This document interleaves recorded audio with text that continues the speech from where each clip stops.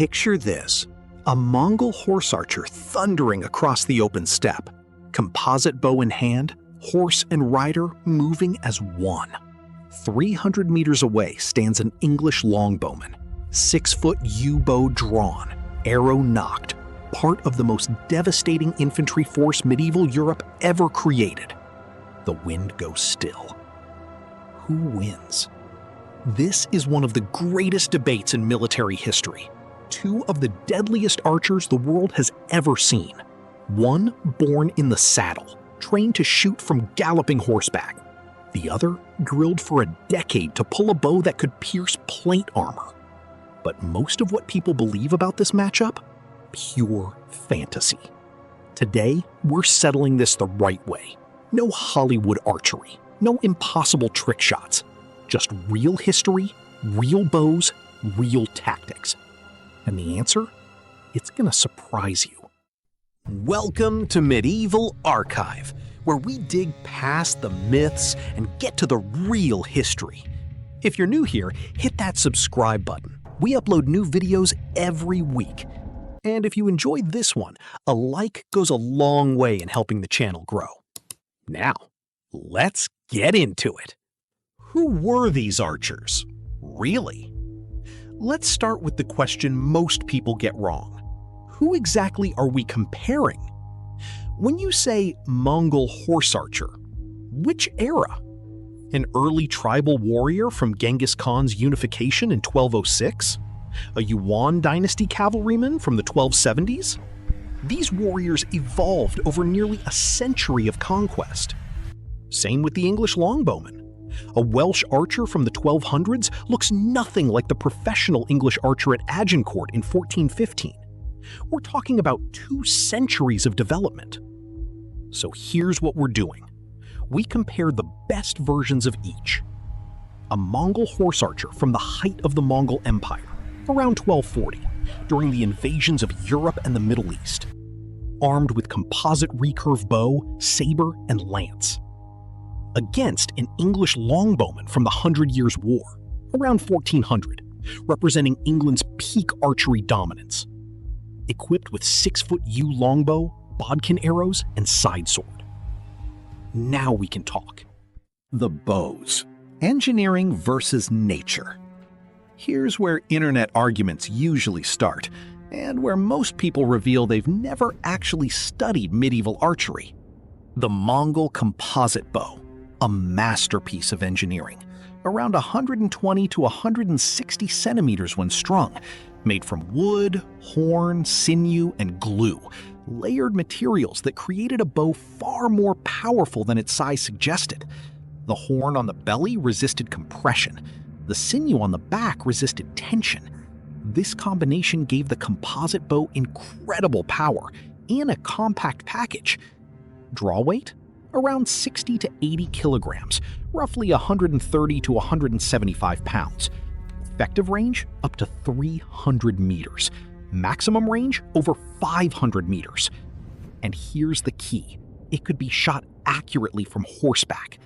The recurve design, those distinctive curves at the tips, made it shorter and more maneuverable while maintaining power. The English longbow. Simple, devastating. Around 180 to 200 centimeters tall, taller than most men who used it. Made from a single piece of yew wood. No composite materials, just one carefully selected piece of wood. Draw weight? Around 70 to 90 kilograms, roughly 150 to 175 pounds. Effective range? Around 250 meters. Maximum range? Pushing 400 meters. But here's the difference. It required 2 feet planted on the ground. You couldn't shoot this from horseback.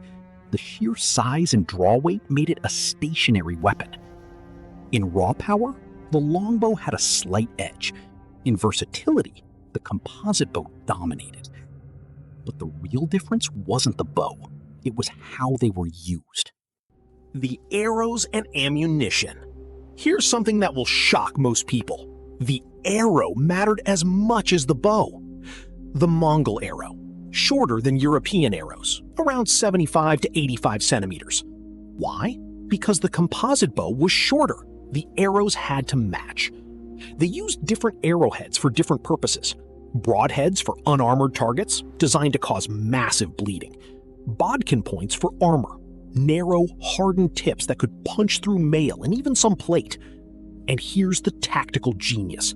Mongols carried multiple quivers, 30 to 40 arrows per quiver, 2 or 3 quivers per archer. That's up to 120 arrows. They could sustain fire for extended engagements without resupply. The English arrow, longer, around 75 to 90 centimeters, matching the longbow size. The famous bodkin point, a narrow, hardened steel tip designed specifically to defeat armor. Tests on replica armor have shown these could penetrate mail at 200 meters and punch through some plate armor at close range. But here's the limitation. English archers carried around 60 to 72 arrows in 2 sheaves. Once those were gone, they were done. Resupply required baggage trains. At Agincourt, archers drove sharpened stakes into the ground and waited for resupply between volleys. Arrow advantage? Mongol. More ammunition, more versatility. Penetration power? English bodkin, specifically designed as an armor killer. Mobility versus position, the core difference. This is where the entire comparison changes, because these archers fought completely differently. The Mongol Horse Archer was born on horseback. Mongol children learned to ride before they could walk. By age 5, they were shooting from the saddle. By adulthood, a Mongol archer could shoot accurately at full gallop, forward, backward, and to the sides. The famous Parthian shot, turning in the saddle to shoot behind while retreating, was standard Mongol doctrine. The horse wasn't just transportation, it was a weapons platform. Mongol ponies were small, around 130 to 140 centimeters at the shoulder, and incredibly tough. They could survive on grass alone, no grain needed. They could cover 100 kilometers a day and fight at the end of it. The tactical doctrine? Speed and harassment. Mongols didn't stand and fight. They circled. They feigned retreat. They drew enemies out of position and then swarmed them. Hit and run, endlessly, until the enemy formation broke or exhausted itself. The English Longbowman fought on foot, always. The longbow's size and draw weight made mounted archery impossible. English doctrine was defensive. Plant stakes to stop cavalry, form dense lines, and unleash massed volleys. At Agincourt, English archers stood in formations thousands strong. When they loosed, the sky went dark. Contemporary accounts describe it as a storm of wood and iron. The impact wasn't precision, it was volume. Bodkin arrows falling like rain, punching through armor by sheer concentration of fire. Mobility advantage? Mongol. Total tactical flexibility. Defensive firepower? English. Unmatched massed volleys. Training. Lifetime versus decade. This is where it gets fascinating, because both archers trained in ways that defined their entire lives. Mongol training started at birth. Literally, Mongol infants were strapped to horses. By age 3, they rode independently. By age 5, they were shooting small bows from horseback. By age 10, they were hunting with full-sized bows. By age 15, they were warriors. This wasn't formal training, it was life. Mongol society was nomadic. Everyone rode, everyone hunted, everyone shot. Archery wasn't a military skill, it was survival. The Mongol military just weaponized what every Mongol already knew. And here's the key. Mongols trained to shoot fast, not just accurately, rapidly. A skilled Mongol archer could loose 10 to 12 arrows per minute from horseback. Some sources claim even faster. Speed mattered more than perfect accuracy, because Mongol tactics relied on overwhelming harassment. English longbow training was different, equally demanding. The longbow's massive draw weight required years of physical development. You couldn't just pick one up and shoot. Your skeletal structure had to adapt. English law required archery practice every Sunday after church. Boys started young, around age 7, with lighter bows. As they grew, the draw weight increased. By adulthood, an English archer had spent 10 to 15 years building the muscle and bone structure to pull a 90-kilogram warbow. Skeletons of medieval English archers showed deformed left arms and overdeveloped right shoulders. Their bodies were literally shaped by the weapon. And the training showed. An English archer could hit a man-sized target at 200 meters consistently. The accuracy was terrifying. Training advantage? Mongol. Lifetime integration of skill. Raw power and accuracy? English. Decade of specialized development. The fight itself. Different scenarios. The moment you've been waiting for. Let's run the scenarios. Scenario 1. Open steppe. Mongol terrain. The Mongol wins, and it's not close. On flat, open ground, the Mongols' mobility is unstoppable. The English archer is on foot. The Mongol circles at 200 meters, loosing arrows, never staying still. The English archer can shoot back, but he's hitting a moving target. The Mongol just has to avoid getting hit while landing shots on a stationary target. If the English archer tries to advance, the Mongol retreats, shoots, retreats, shoots.